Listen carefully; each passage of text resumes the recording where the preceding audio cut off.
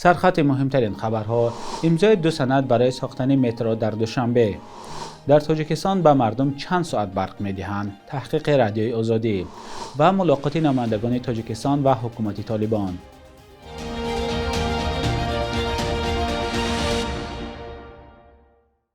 سلام بینندگان عزیز، تازه ترین خبرهای تاجیکستان و جهان را از استودیوی دوشنبهگی رادیوی آزادی تقدیمتان میکنیم. امروز 19 نوامبر سال 2025 است. وزارت نقلیات تاجیکستان از امضای یادداشت تفاهم با چند شرکت کرایگی بر سر بنیاد مترو در دوشنبه خبر داد. وزارت نقلیات 17 نوامبر نوشت لایحه پیشکی اساسناکنی تکنیکی و اقتصادی ساختمان مترو در شهر دوشنبه خط سیر 2 و لایحه دستگیری مشورتی گروه کاری عاید به مسائل ساختمان مترو در دوشنبه از جمله سندهای امضا شده می باشند.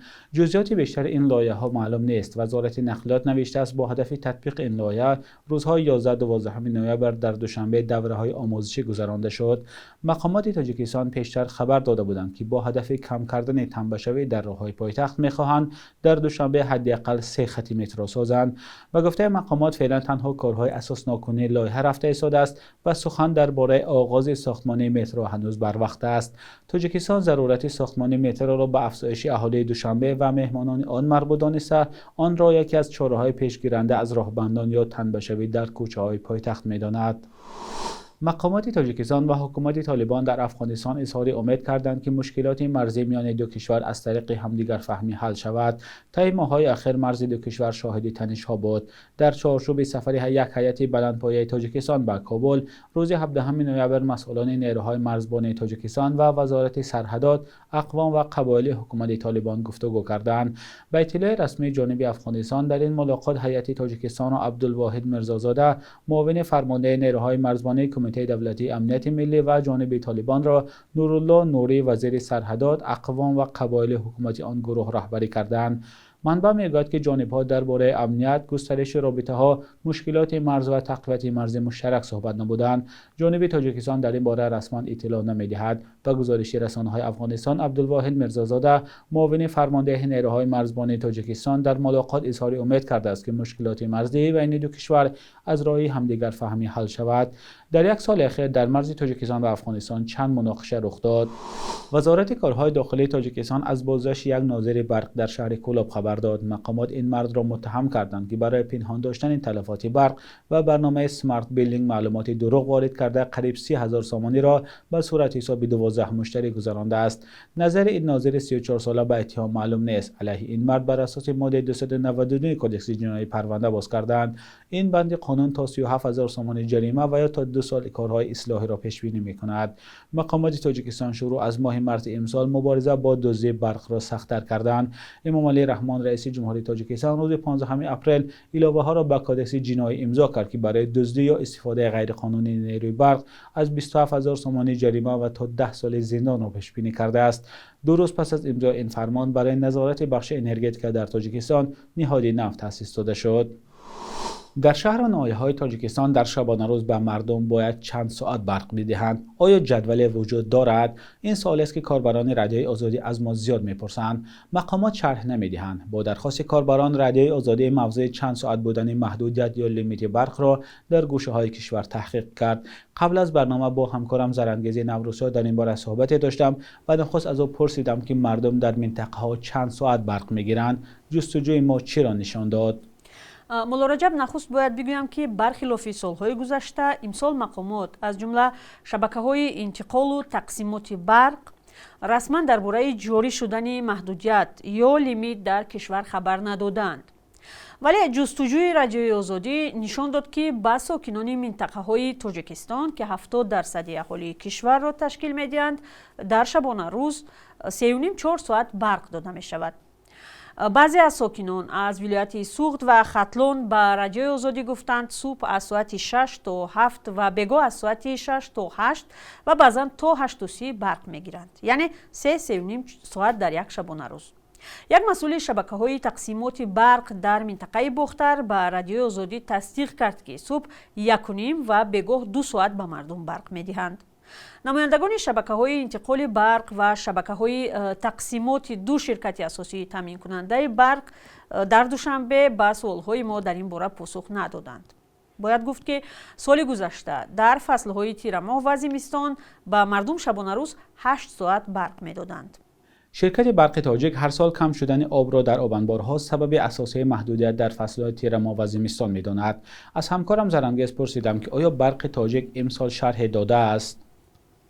بله، قربان احمدزاده سخنگوی شرکت برق تاجیک روز 18 نوامبر به رادیوی آزادی گفت با پایین شدن حرارت هوا جاری شدن آب به آبانبار نورک کمتر شده است.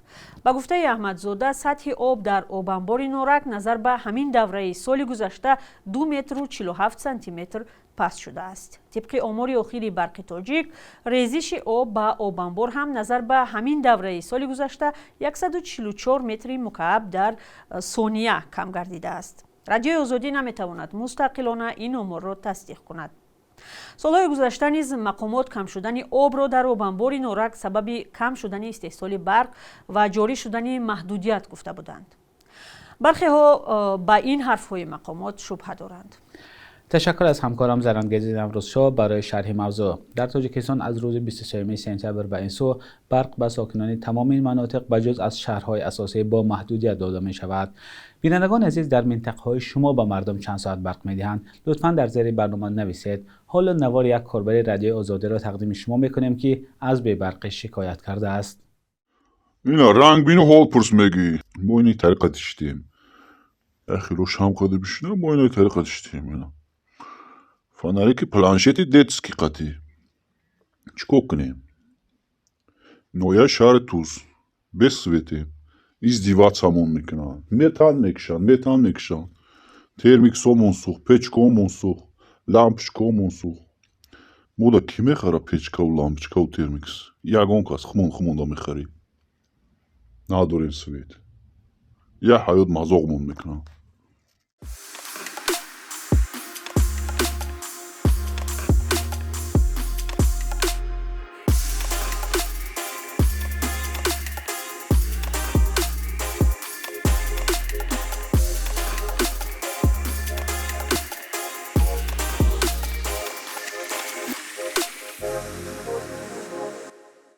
پرزیدنت آمریکا دونالد ترامپ آماده است قانون درباره تحریم‌های نو علیه روسیه را امضا کند اگر تصمیم گیری نهایی درباره همگونه محدودیت‌های آینده با او باشد.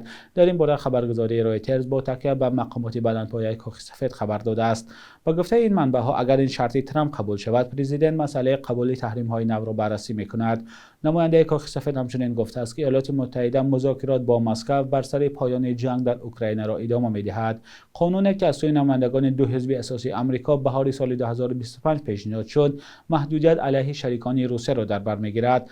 بر اساس این سند، کشورهایی که به خرید نفت و اوران از روسیه ادامه می‌دهند، بر مال و کالاهشان تا 500% باج بسته می‌شود. از 100 سناتور 80 نفر از این طرح پشتیبانی کردند. در آخر ماه اکتبر آمریکا دو شرکت کلان نفتی روسیه، روسنفت و لوکال را برای خط سیاه وارد کرد. این اولین محدودیت آمریکا علیه روسیه بعد بازگشت دونالد ترامپ به قدرت بود. بخش یک روز تاریخ است که مهمترین تحولات تاریخی در روز 19 نوامبر را فرا می‌گیرد.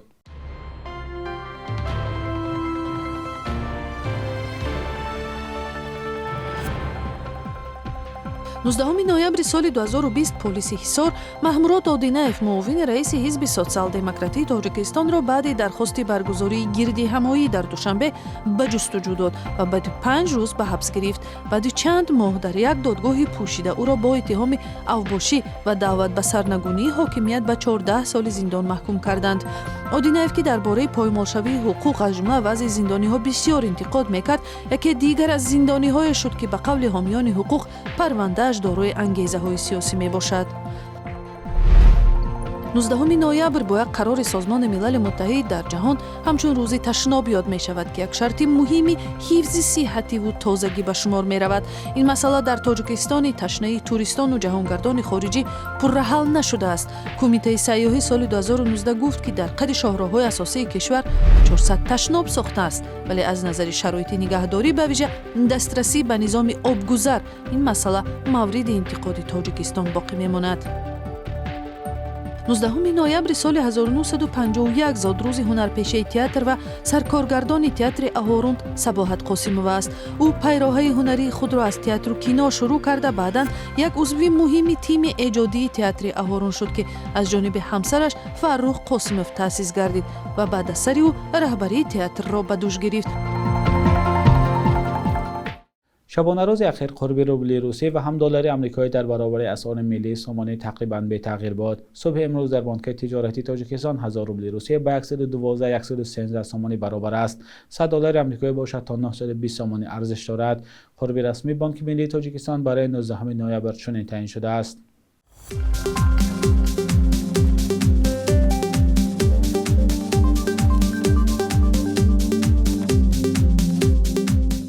بینندگان عزیز، مهلت برنامه نوید به انجام رسید. تشکر که با برنامه‌های رادیوی آزادی هستید.